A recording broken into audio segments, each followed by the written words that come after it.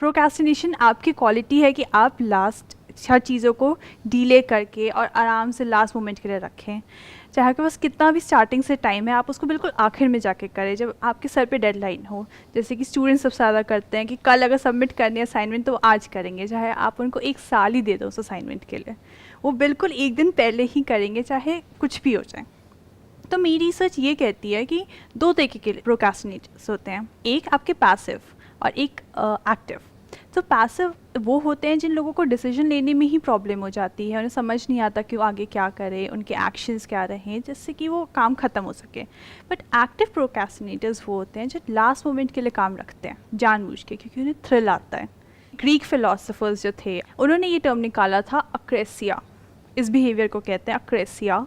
So basically इसमें ये होता है कि आपको पता है कि आपको ये चीज़ करनी है पर आप इसका उल्टा करते हो। लूजली ट्रांसलेट करने में प्रोक्रेस्टिनेशन के लिए यूज़ होता था। और अभी जो बिहेवियरल साइकोलॉजिस्ट इस चीज़ को डिफ़ाइन करते हैं तो वो इसे हमारा form of self regulation failure कहते हैं। हम ये जानते हुए भी कि हमें ये चीज़ करनी है नहीं कर पाते। अब इसको थोड़ा अगर डिटेल में समझे सर तो ये होता है कि प्रोक्रेस्टिनेशन का मतलब ये नहीं है कि आप आलसी हो। प्रोक्रेस्टिनेटर्स और लेज़ी लोगों में ये डिफरेंस होता है कि लेज़ी लोगों को कुछ करना ही नहीं होता, बट प्रोक्रेस्टिनेटर्स का होता है उन्हें करना तो होता है बट वो स्टार्ट ही नहीं कर पाते। तो मतलब प्रॉब्लम करने में नहीं है, प्रॉब्लम स्टार्ट करने में। आई थिंक सबसे बड़ा जो रीज़न है ना इसका प्रोक्रेस्टिनेशन का, दैट इज़ कि हमारा उस काम में इंटरेस्ट नहीं होता है। हाँ सर, ये भी बहुत बड़ा रीज़न है। जैसे अगर आपने स्टूडेंट्स की बात करी तो जिसका इंटरेस्ट ही नहीं है पढ़ाई में, उनका इंटरेस्ट डिग्री में तो है, डिग्री के बाद में जो जॉब मिलनी है उसमें तो है, वहाँ से जो पैसा आना है उसमें तो है, बट पढ़ाई में तो कोई इंटरेस्ट नहीं है। तो इस वजह से वो प्रोक्रेस्टिनेट कर रहे हैं। आई थिंक सबसे बड़ा रीज़न तो यही है, क्योंकि अगर किसी काम में मज़ा आता है, एक्चुअल में कोई किसी काम को एंजॉय करता है, तो वहाँ पर प्रोक्रेस्टिनेशन नहीं हो पाता है। हाँ, फिर वहाँ पे आप करना चाहते हैं। लेकिन उसमें भी एक चीज़ है जो रिसर्च कहती है कि हमारा ब्रेन क्योंकि इमीडिएट उसको ग्रेटिफाई करने में लगा रहता है रिवॉर्ड को, और फ्यूचर रिवॉर्ड को पोस्टपोन करता रहता है, तो एंजाइटी भी एक बहुत बड़ा कारण हो जाता है। बिकॉज ब्रेन तो डेवलप नहीं है उस चीज़ के लिए, ब्रेन आपका डेवलप्ड है इमीडिएट ग्रेटिफिकेशन के लिए, पर सोसाइटी आपकी डिलेड रिस्पॉन्स में चलती है। तो ऐसे में आजकल लोगों को इतनी ज़्यादा एंजाइटी, स्ट्रेस इसी वजह से है क्योंकि वो डिले करना अभी भी उनके लिए इमीडिएट ग्रेटिफिकेशन इंपॉर्टेंट है, ब्रेन अभी भी वहीं चल रहा है। What you are saying is कि जो हमारा ब्रेन है basically that is kind of a monkey brain, या मंकी ब्रेन, जो हॉप करता रहता है एक प्लेजर से दूसरे प्लेजर पर, जो एक जगह पर टिक नहीं पाता है, and basically it wants instant pleasure, instant gratification, कि अभी में मज़ा आना चाहिए।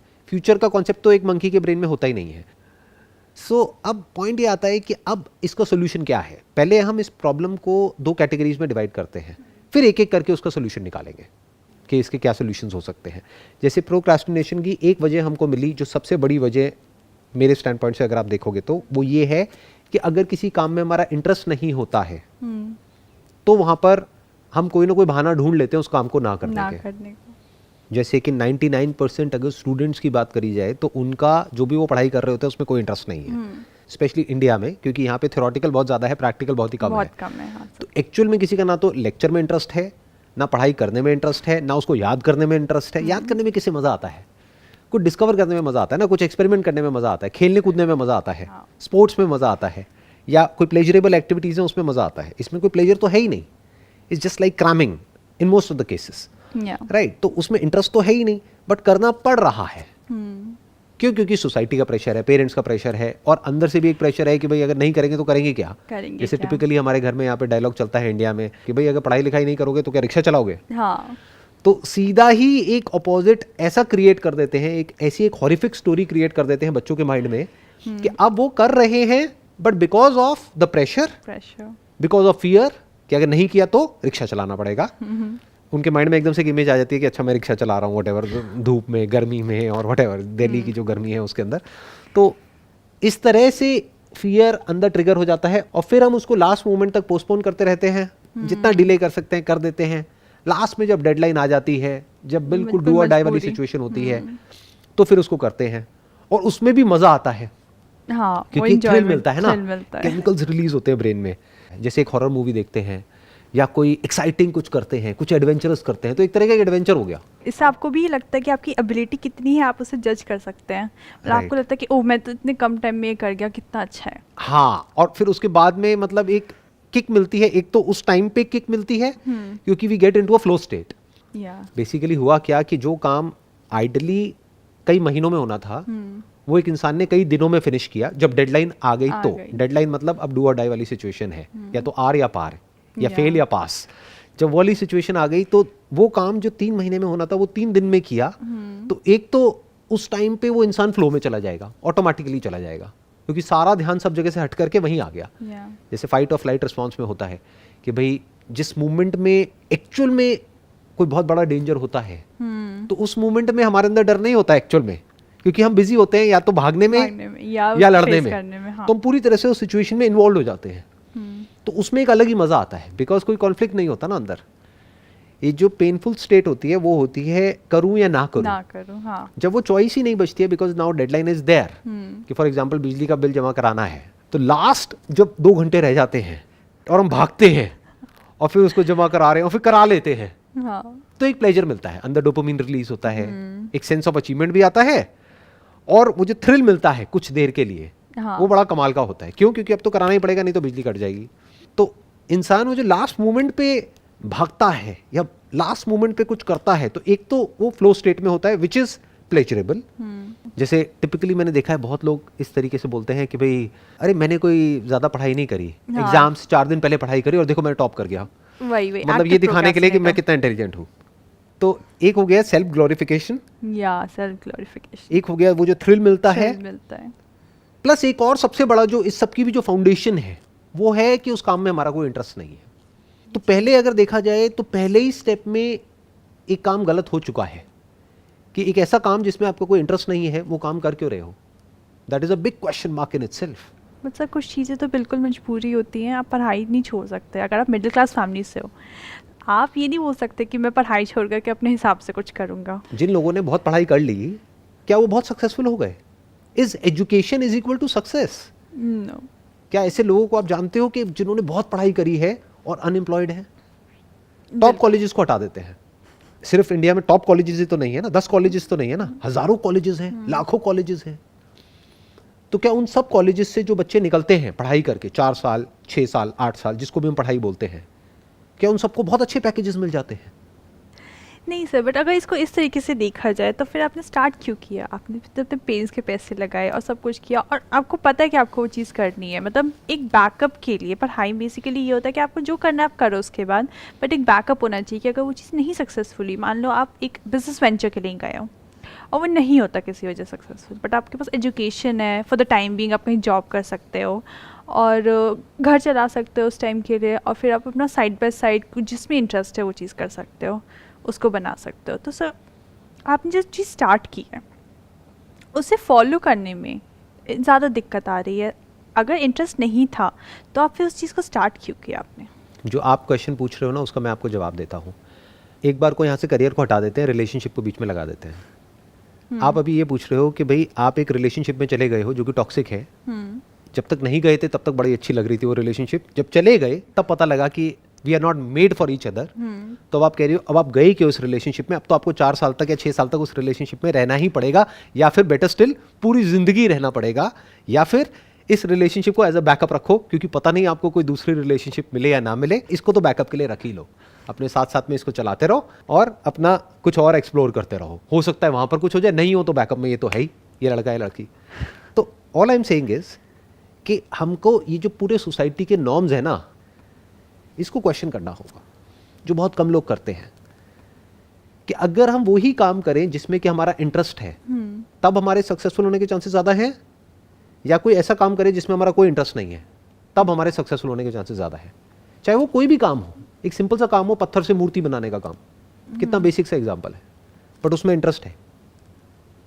चाहे पेंटिंग करना हो, किसी का बात करने में इंटरेस्ट है और वो ऐसे ही काम करे जिसमें कम्युनिकेशन स्किल्स का बहुत बड़ा रोल है, और अपनी कम्युनिकेशन स्किल्स को पॉलिश करता चला जाए, थ्योरेटिकली भी और प्रैक्टिकली भी, जिसके लिए किसी एजुकेशन सिस्टम की ज़रूरत नहीं है। कम्युनिकेशन स्किल्स के ऊपर बहुत सारी बुक्स हैं जिसको वो पढ़ सकता है, बहुत सारी वीडियोज़ हैं जिसको वो देख सकता है, देख सकती है। उसके बाद में वो प्रैक्टिस भी कर सकते हैं अपनी लाइफ में और प्रैक्टिकली उसमें अपना करियर बना सकते हैं। अब यहाँ पे प्रॉब्लम पता है क्या होगी?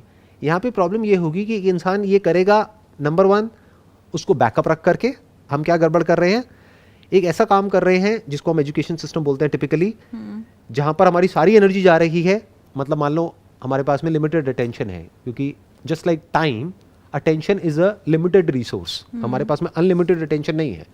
तो हमारी अटेंशन का 90% तो चला गया पढ़ाई में, क्लासेस अटेंड करने में, वो क्लासेस जिसमें हमारा कोई इंटरेस्ट नहीं है, वो एग्जामिनेशंस देने में जिसमें हमारा कोई इंटरेस्ट नहीं है, उसकी तैयारी करने में जिसमें हमारा कोई इंटरेस्ट नहीं है, तो 90% अटेंशन वहाँ चली गई। प्लस उसके बाद में हमको ये भी क्लियर कट नजर आ रहा है, क्योंकि कोई टॉप कॉलेज से तो निकले नहीं है, ये भी हमको पता है कि यहाँ से 10-15 हज़ार की भी नौकरी लग जाए तो बहुत बड़ी बात है, ये भी हमें पता है। फिर भी 90% अटेंशन हमने वहाँ दे दी, और 10% अटेंशन हमने कहाँ दी? अपने पैशन को फॉलो करने में। तो सक्सेस किसको मिलेगी? वो इंसान जो अपना 100% अटेंशन दे रहा है अपने पैशन को फॉलो करने में, क्योंकि वहां पर भी कंपटीशन है ना। हाँ। वो अकेला तो पेंटर है नहीं, उसके जैसे और भी बहुत सारे हैं। तो कोई है जो फुल टाइम बेसिस पे वही काम कर रहा है या कर रही है, कोई है जो उसको एज अ बैकअप सोच करके चल रहा है। तो ये पूरी की पूरी थ्योरी गलत हो गई, ये पूरा स्ट्रक्चर ही गलत है अगर आप इसको प्रैक्टिकली देखेंगे।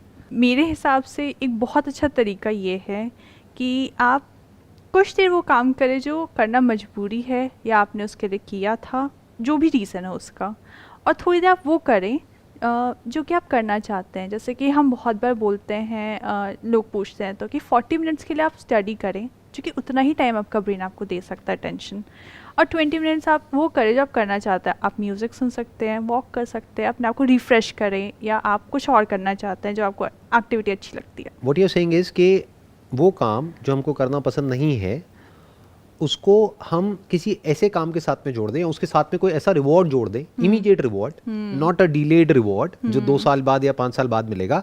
अभी इमीडिएटली अगर हमने ये किया तो हमको ये मिलेगा। हाँ। कि अगर हमने 40 मिनट पढ़ाई करी तो 20 मिनट के लिए अब आप ये कर सकते हो। अगर 40 मिनट पढ़ाई नहीं करोगे तो ये भी नहीं मिलेगा आपको। And no doubt this is a good option for those who don't have the courage to pursue what they actually want to do, which is maximum population, which is majority of population, right? तो उनके लिए ये option अच्छा है। तो मेरा फिलहाल अभी उसमें इतना ज़्यादा इंटरेस्ट नहीं है, क्योंकि उनके लिए तो टिप्स और ट्रिक्स और ये सब बहुत है, इंटरनेट पे वो जाएंगे कहीं ना कहीं मिल जाएगा। My basic idea is to question the very foundation of this whole structure, जो इस तरीके से डिजाइंड है।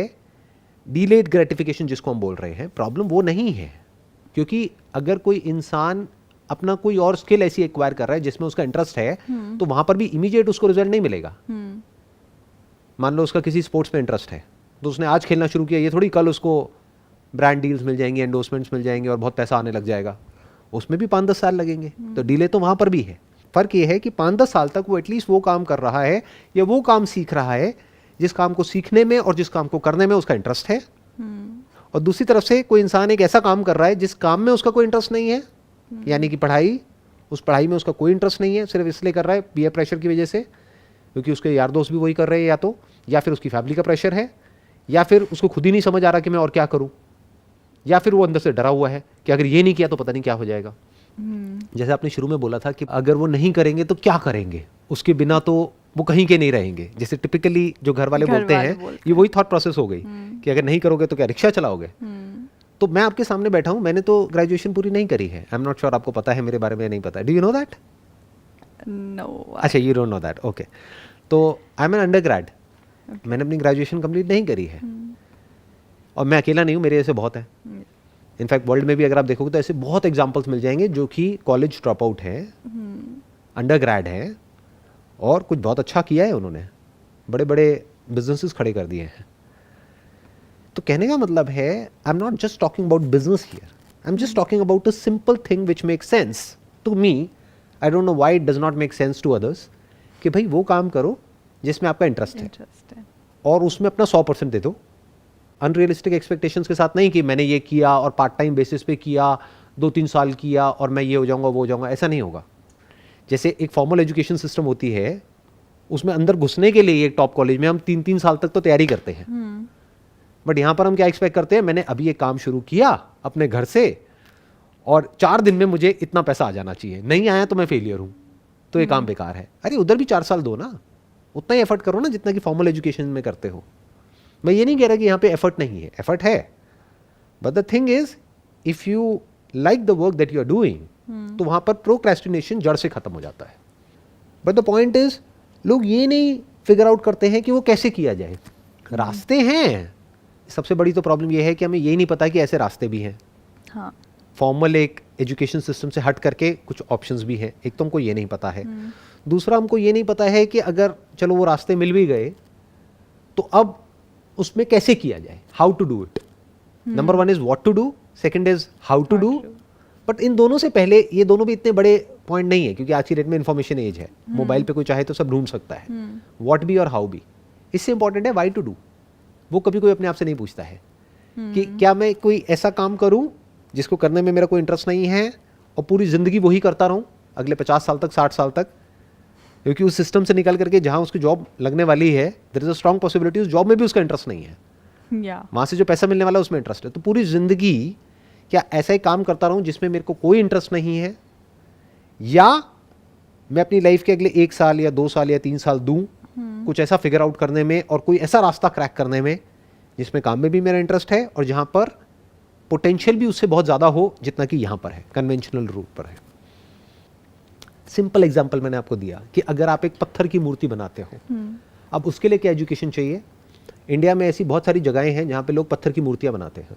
इसका एक कोर्स है पूरा फाइन आर्ट्स करके। एक तो है फॉर्मल एजुकेशन के थ्रू एक पूरा का पूरा कोर्स है फाइन आर्ट्स करके, बट उसमें क्या है, उसमें बहुत सारी चीजें आपको ऐसी भी सिखाएंगे जिसमें हो सकता है आपका इंटरेस्ट ना हो, प्लस टाइम लग जाएगा, प्लस पैसा लग जाएगा। 4-5 साल चाहिए ना उसको पूरे को खत्म करने के लिए। पहले BFA करोगे, फिर MFA करोगे, फिर ये करोगे, वो करोगे। मैं क्या कह रहा हूँ, आपको बिल्कुल क्लियर है माइंड में कि मेरा इंटरेस्ट है पत्थर की मूर्तियां बनाने में। अब क्या बन सकती है उससे, कुछ भी बन सकती है, रिलीजियस भी बन सकती है, नॉन रिलीजियस भी बन सकती है, आप कुछ मोटिवेशनल भी बना सकते हो, आप लाफिंग बुद्धा बना सकते हो, क्या क्या बना सकते हो, कोई लिमिट ही नहीं है। उसके लिए चाहिए क्या है, कुछ बेसिक से टूल्स चाहिए जो सस्ते से आते हैं, और एक स्किल चाहिए। अब वो स्किल कहाँ से मिलेगी आपको। इंडिया में ऐसी बहुत सारी जगहें हैं जहां पर इसका हब है पूरा का पूरा।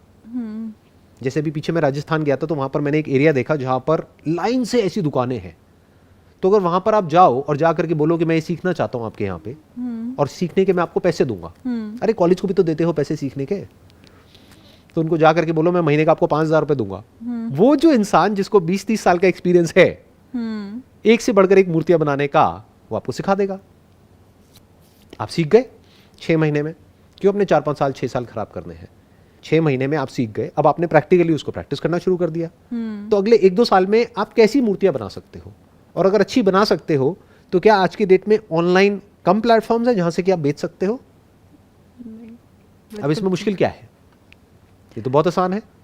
और प्लस अगर आपका माइंड क्रिएटिव है तो किस किस तरह की मूर्तियां बना सकते हो। कुछ ऐसी बनाओ ना जो और कोई ना बना रहा हो, कुछ ऐसे मटेरियल्स की बनाओ, मे बी वाइट मार्बल की या ब्लैक ग्रेनाइट की या कुछ भी जिससे भी बन सकता है। आई don't know the technicalities of it, but जैसे भी जो भी चीज़ें बन सकती हैं वो सब बनाओ ना, और बना करके उसको इंटरेस्टिंग तरीके से पैकेज करके अपने ब्रांड से अपनी एक वेबसाइट बना के, जो कि आज की डेट में खेल है अपनी वेबसाइट बनाना, जिसके लिए आपको कोई पैसे नहीं चाहिए।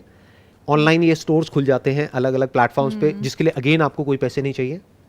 पहले के ज़माने में क्या होता था, आपको एक ऑफलाइन दुकान चाहिए, उसके लिए रेंट देना पड़ेगा, उसके लिए पैसा चाहिए। ज़माना बदल चुका है, लेकिन लोगों की सोच अभी भी वही है जो 20-30 साल पहले थी कि बिजनेस करने के लिए पैसा चाहिए। इसमें पैसा कहाँ चाहिए मुझे बताओ। एक मूर्ति बनाने में आपको क्या चाहिए, पत्थर चाहिए। पत्थर तो सस्ता है, मूर्ति महंगी है ना। पत्थर तो जाओ कहीं से भी खरीद के ले आओ और बना दो। अगर आपको बनाना आता है तो सीख लो कहीं से। कॉलेज में जाओगे वहां भी तो पैसा देना पड़ेगा, वहां भी फ्री में तो होता नहीं है। तो अगर किसी को आपने 5,000 रुपये महीना भी दिया तो कोई आदमी आपको खुशी खुशी सिखा देगा। सो बेसिकली सर आप कहते हैं कि पहले हम स्किल्स एक्वायर करें और उसके बाद प्रैक्टिस करें। स्किल्स एक्वायर करो, प्रैक्टिस करो, प्लस जिसमें आपका इंटरेस्ट हो वो करो। फॉर एग्जाम्पल आपका माइंड ही ऐसा है जो कि क्रिएटिव है, आर्टिस्टिक है, तो क्यों गधों की रेस में भाग रहे हो, क्यों कुछ ऐसा कर रहे हो जिसमें क्रिएटिविटी नाम की कोई चीज ही नहीं है दूर दूर तक, जिसमें सिर्फ रट्टे मारने हैं पूरे एजुकेशन सिस्टम में। उसके बाद निकल करके आपको वही काम करना है जो कि ऊपर से दिया जा रहा है, ना उससे ज्यादा ना उससे कम। ज्यादा किया तो भी आपको निकाल देंगे, कम किया तो भी निकाल देंगे, और काम वो करना है जिसमें कोई इंटरेस्ट नहीं है, क्रिएटिविटी नाम की कोई चीज नहीं है। तो कर क्यों रहे हो ये, ऐसी लाइफ जी क्यों रहे हो। क्या किसी इंसान को ये गलतफहमी तो नहीं है कि मेरे को 100 लाइफ मिलने वाली है, उसमें से एक आध खराब हो भी जाए तो क्या फर्क पड़ता है। कुछ ऐसे ही है, कुछ ऐसे ही सोचते हैं शायद। आई डोंट नो लोग क्या सोचते हैं। 100 साल की मेरे को समझ नहीं आता कि ऐसे क्यों नहीं सोचते जिसकी मैं बात कर रहा हूँ। कितना आसान है सब कुछ, इसमें मुश्किल क्या है। जैसे अगर आप फोटोग्राफी की बात करो तो फोटोग्राफी सीखने के दो तरीके हैं। एक है एक फॉर्मल इंस्टीट्यूट में जाओ, वहाँ से सीखो, जहाँ पे 4 साल लगेंगे, 6 साल लगेंगे, या फिर है प्रैक्टिकली करके सीखो और जो बेसिक नॉलेज है वो कहीं से ले लो। जैसे मैंने 2 हफ्ते का कोर्स किया है फोटोग्राफी का, वहाँ से मेरे को बेसिक नॉलेज मिल गई, उसके बाद मैं प्रैक्टिकली करके सीखा। जैसे मैंने अभी पत्थर की मूर्ति बनाने वाले का एग्जाम्पल दिया आपको, तो 6 महीने साल आप कहीं से सीख लो, स्किल ही तो सीखनी है। What is education at the end of the day? Skill and knowledge. और फिर प्रैक्टिकल एक्सपीरियंस तो करके ही आएगा। जैसे आप एजुकेशन सिस्टम से जितनी मर्जी नॉलेज ले लो, जब तक प्रैक्टिकली एक काम को करोगे नहीं, वो किसी काम की नहीं है। And in 99% of the cases जो भी आप कॉलेजेस में सीख रहे हो वो उससे बिल्कुल अलग है जो एक्चुअल में दुनिया में हो रहा है। वहां पर वो किसी काम का ही नहीं है। जो आपको सिखाया जा रहा है वो 20-30 साल पुराना है और आज जो हो रहा है वो कुछ और ही हो रहा है।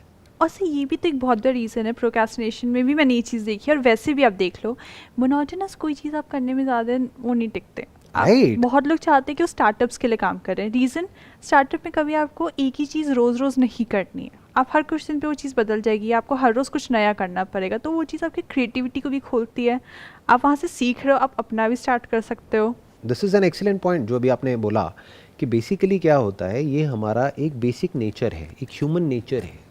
जैसे जानवरों के केस में क्या होता है, उनको एक पर्टिकुलर आप काम दे दो, उनको बोलो तुम्हें ये करना है, यहाँ पे गोल गोल घूमते रहना है सुबह से लेकर के रात तक, दिन के एंड में आपको चारा मिल जाएगा, तो वो खुश हैं। क्यों? क्योंकि उनके पास में अपना इंटेलेक्ट नहीं है, अभी उनका इंटेलेक्ट डेवलप नहीं हुआ है, थिंकिंग एबिलिटीज नहीं है, क्वेश्चनिंग माइंड नहीं है। बट इंसान की प्रॉब्लम क्या है, माइंड पूरा डेवलप हो चुका है, बट इंसान से काम वही कराया जा रहा है जो कि एक जानवर से कराते हैं। उसको बोलती है कि ऐसा काम करते रहो जो सेम है अगले 1 साल तक, 2 साल तक, 10 साल तक, 20 साल तक, कोई क्वेश्चन नहीं पूछना है, चुपचाप करते रहो, वही पूरा का पूरा प्रोसेस है, उसको फॉलो करते रहो करते रहो करते रहो, क्रिएटिविटी की कोई गुंजाइश नहीं है। तो एक इंसान उसमें बोर हो जाएगा। अब वो कितना करेगा? उतना ही जितना उसको करना पड़ेगा। जो उसने स्कूल कॉलेज में किया वही एग्जैक्टली वो अपनी जॉब पर करेगा। क्या करेगा? स्कूल कॉलेज में कैसे काम होता है, जब डेडलाइन आ जाती है, एग्जाम में रह गए हैं 4 दिन, तब काम होता है।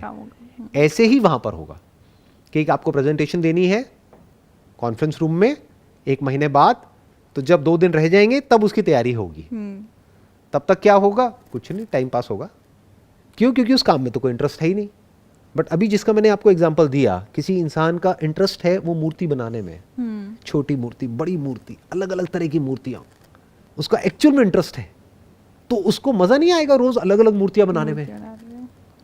और अगर वो अपने पूरे पैशन से और एक्चुअल में इंटरेस्ट के साथ और अपना सब कुछ उसमें लगा देगा, माइंड, बॉडी, सोल, सब कुछ एक फ्लो स्टेट में जा करके वो आर्टिस्ट कुछ इंटरेस्टिंग क्रिएट करेगा, तो क्या देखने वालों को अच्छा नहीं लगेगा? उनको ऐसा नहीं लगेगा कि यार ये बड़ी कमाल की है? तो क्या उसको सक्सेस नहीं मिलेगी?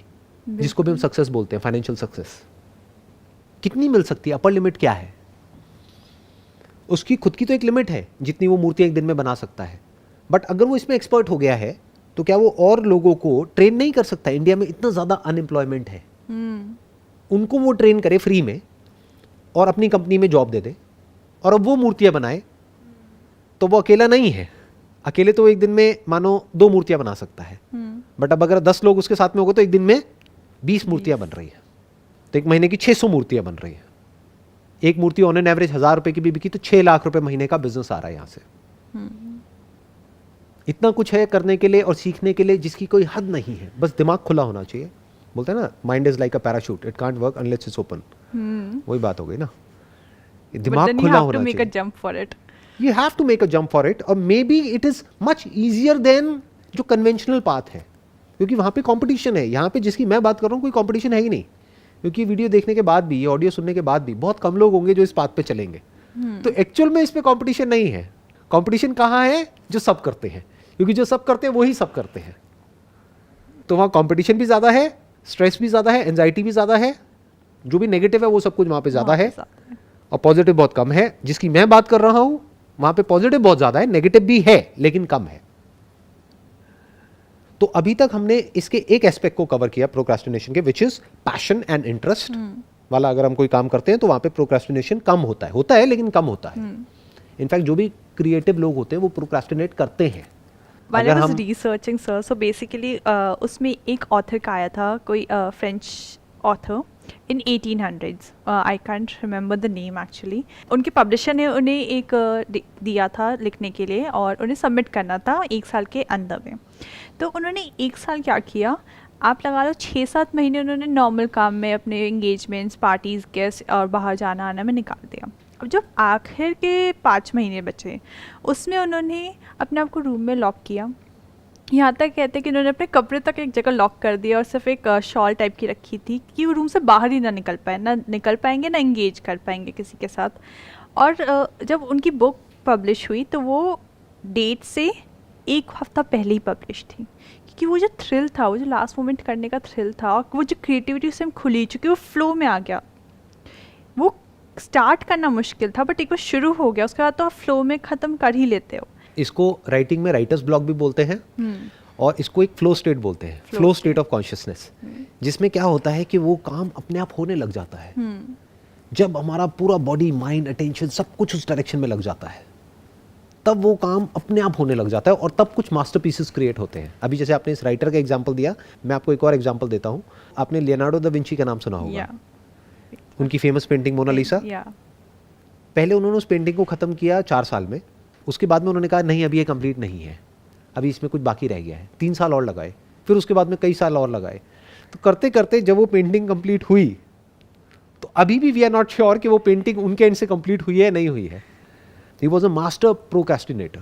तो क्रिएटिव फील्ड में प्रोक्रेस्टिनेशन ज़रूरी है.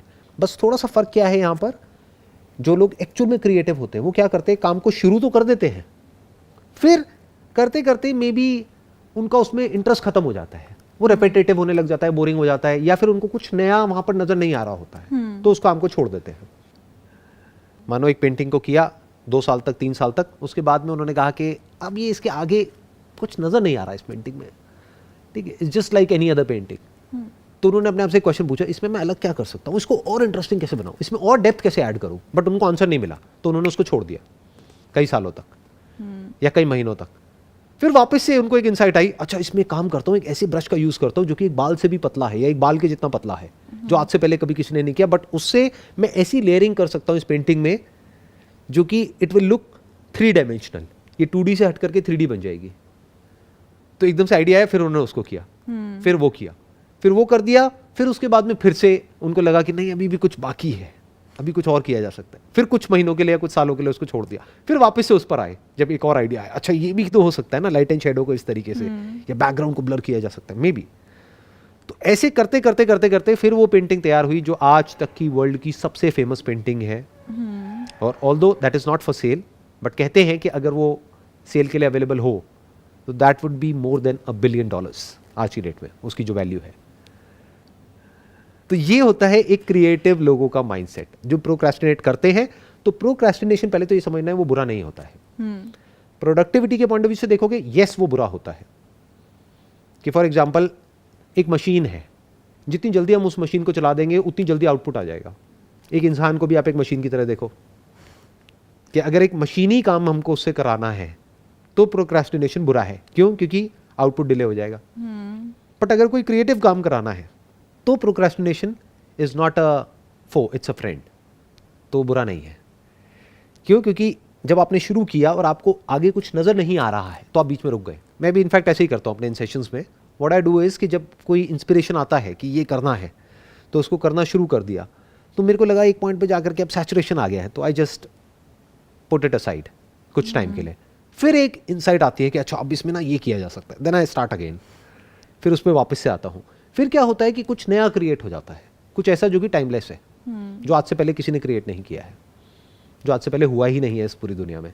तो प्रोक्रेस्टिनेशन बुरा नहीं है, क्योंकि जैसी ब्लॉक आए, जैसी लगे कि अब ये एक सैचुरेशन पॉइंट आ रहा है, थोड़ी देर के लिए उसको छोड़ दो. जैसे होता नहीं है कि कई बार हमको एक प्रॉब्लम को सोल्यूशन नहीं मिल रहा होता है, तो उस वक्त बेस्ट सोल्यूशन क्या होता है कि उस प्रॉब्लम से दिमाग हटा दो, छोड़ दो. अपने आप कुछ दिन बाद एकदम से एक इंसाइट निकल के आ जाती है, अरे ये करना है. वो हमने क्या किया, डेलिबरेट प्रोक्रेस्टिनेशन. वहां पे वो हेल्प करता है. क्योंकि अगर हम उसी प्रॉब्लम में इंटैंगल्ड रहते तो 1 महीना क्या 1 साल में भी सोल्यूशन नहीं निकलता. बट क्योंकि कुछ दिन के लिए हमने उसको छोड़ दिया तो वहां से वो एकदम से सोल्यूशन निकल के आ गया. तो अभी तक हमने प्रोक्रेस्टिनेशन के 2 एस्पेक्ट्स को कवर किया. वन वाज ऐसा काम करो जिसमें आपका पैशन है. दूसरा, प्रोक्रेस्टिनेशन बुरा नहीं है क्रिएटिव फील्ड में. इसका एक एस्पेक्ट और भी है, दैट इज कि एक कॉन्फ्लिक्ट होता है हमारे अंदर या बाहर जिसकी वजह से हम चीज़ों को प्रोक्रेस्टिनेट करते हैं. बट वो अपने आप में एक बहुत बड़ा टॉपिक है. तो मे बी हम उसको नेक्स्ट टाइम के लिए रखते हैं, अपने नेक्स्ट एपिसोड के लिए रखते हैं. That is what is conflict, कि क्या क्या कॉन्फ्लिक्ट होते हैं किस किस लेवल पर, यानी अंदर की दुनिया में क्या क्या कॉन्फ्लिक्ट होते हैं हमारे माइंड के अंदर एट अ साइकोलॉजिकल लेवल, और बाहर की दुनिया में क्या क्या कॉन्फ्लिक्ट्स होते हैं और उसकी जड़ क्या है, उसका रूट क्या है. तो मे बी अब आप इस पर रिसर्च शुरू कर दीजिए. तब तक के लिए wish you all the best for your research and for your study. Thank you. See you then.